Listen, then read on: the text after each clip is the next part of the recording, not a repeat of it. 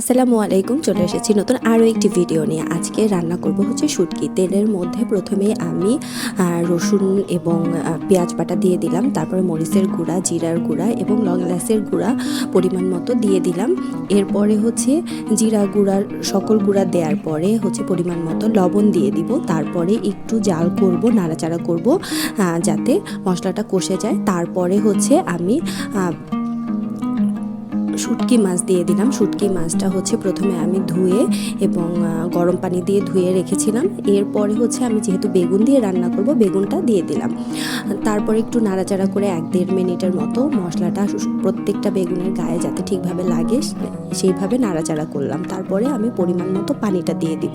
দিয়ে দেওয়ার পর আপনি কতটুকু ঝোল রাখবেন না রাখবেন সেটা হচ্ছে আপনার ইচ্ছা, পরিমাণ মতো। আমি মাখা মাখা করব, তাই আমি বেশি ঝোল রাখবো না। যদি আমার ভিডিওটা আপনাদের ভালো লেগে থাকে তাহলে অবশ্যই লাইক, কমেন্ট এবং শেয়ার করবেন। এরপরে হচ্ছে সুন্দরভাবে আমি জাল করছি।